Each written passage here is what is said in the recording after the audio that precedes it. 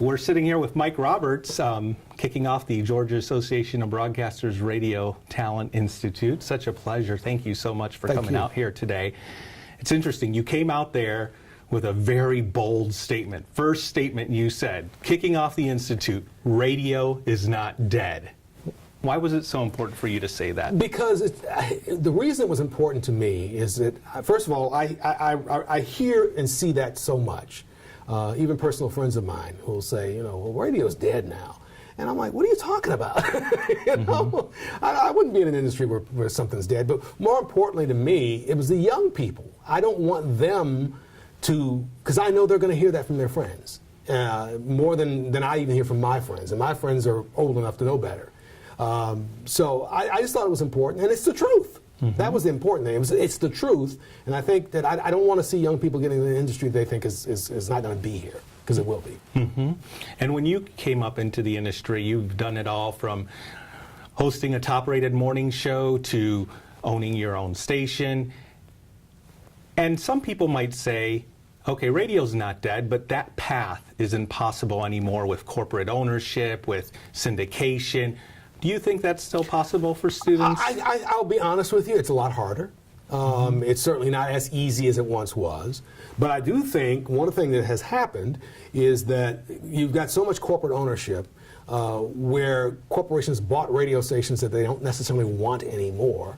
Or in markets that are a little too small for their portfolio. So I think there are going to be some opportunities. And with the economy, again, still in recovery stage, now that we've got to be honest about, that has brought prices back down to a point where I think, you know, if you got some money in the bank and mommy and daddy have some money in the bank, then I think it can still happen. Yeah, absolutely.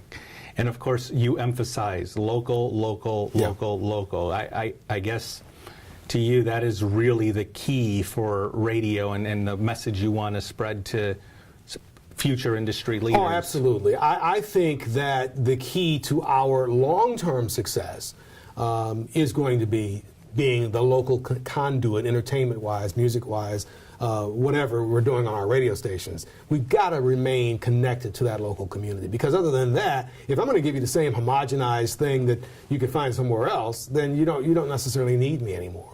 But if I can be there for you, and I'm the source that you go to when the weather gets rough, or when the schools are closed, or when there's something going on in the community that you want to know about, then I think that's where my in is. And that's why I still do local news on my radio station. Excellent.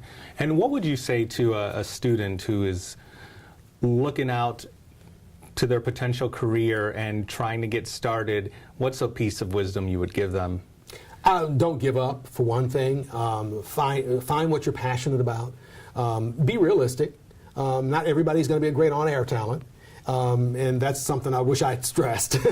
You know, I know a lot of people want to be on the radio, but maybe you should do something else. Right. But if you've got the talent to do it on the air, then do it. But if not, and you still have a passion for radio, there are other things you can do in the industry. And I would just say find out what it is you can do and go for it with both barrels.